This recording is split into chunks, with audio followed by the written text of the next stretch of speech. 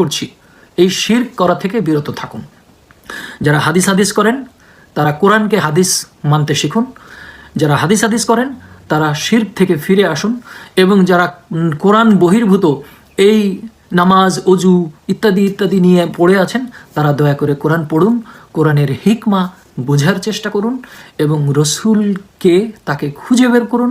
রসুলের হাতে হাত রেখে শপথ নেন যে আমি এখন থেকে রসুলের অনুসরণ করব একমাত্র আল্লাহর আইন হিসাবে। এইটাই আমাদের যেন দৃঢ় প্রত্যয় হয়, এবং আমরা প্রত্যেকেই যেন রসুল খুঁজে পাই।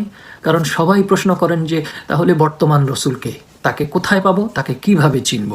খুবই ভাইটাল প্রশ্ন, কারণ রসুল চেনা এটাও ভাগ্যের ব্যাপার। কারণ রতনে রতন চেনে তো, আপনার ভিতরে যদি সেই রতন চেনার আগ্রহ তৈরি না হয়, সেই ইচ্ছা তৈরি না হয়, আপনি জীবনেও রসুল খুঁজে পাবেন না। অথচ এমনও হতে পারে যে আপনার আশেপাশেই আছে, আপনি কখনোই সেভাবে দেখেন নাই।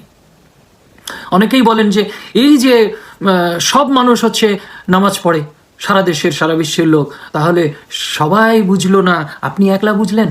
আমি একা বুঝি নাই, আমার মতো এরকম হাজার হাজার মানুষ আছে যারা এগুলো বোঝে, কিন্তু তাদেরকে তো আপনারা কথা বলতে দেন না। আপনারা তো কথা বললেই তাদেরকে হয় আপনারা বাড়ি ছাড়া